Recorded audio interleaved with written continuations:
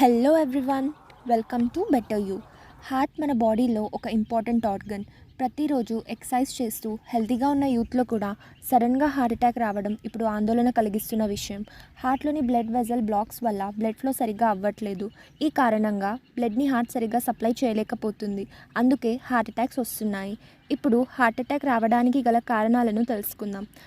Unhealthy life style and food habits వల్ల heart attack వస్తుంది. వీటితో పాటు డయాబెటీస్ అంటే షుగర్, అధిక రక్తపోటు అంటే హైపర్ టెన్షన్, అధిక బరువు అంటే ఒబేసిటీ, ఫిజికల్ ఎక్సర్సైజ్ చేయకపోవడం, mental stress, smoking, alcohol consumption, fat products మరియు మైదాతో చేసిన ఫుడ్ని ఎక్కువగా తీసుకోవడం, గుండె దగ్గర వచ్చే నొప్పి, అలాగే గ్యాస్ట్రిక్ సమస్య వల్ల వచ్చే నొప్పి దాదాపు ఒకేలా ఉంటాయి.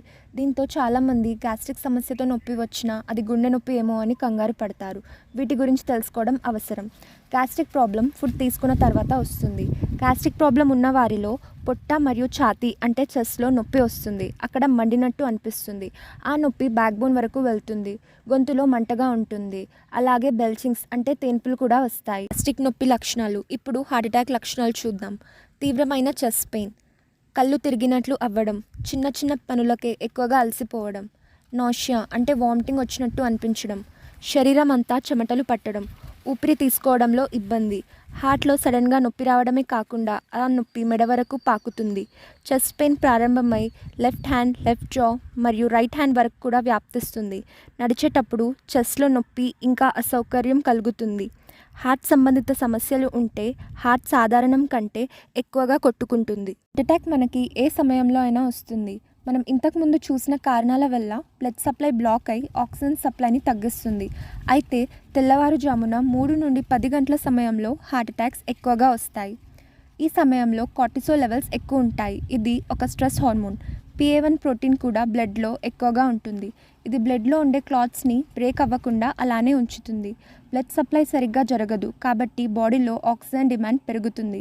ఇంతకుముందు చూసినట్టు చెస్ట్లో నొప్పి, ఊపిరి ఆడకపోవడం, చెమటలు వంటివి వస్తాయి. హార్ట్ అటాక్ నివారణ చర్యలు. డయాబెటీస్ మరియు కొలెస్ట్రాల్ నియంత్రణలో పెట్టుకోవాలి.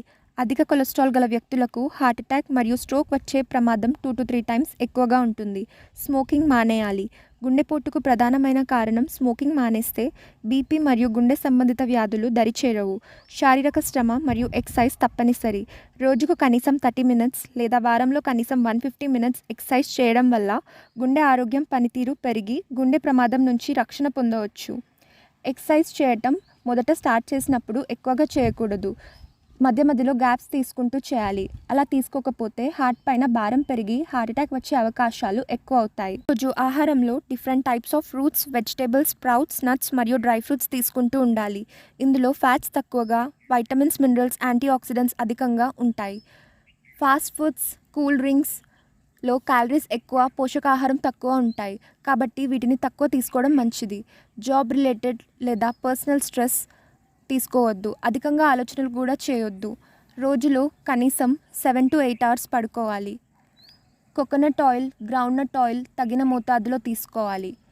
రెడ్ మీట్ వంటివి ఎక్కువగా తీసుకోకూడదు.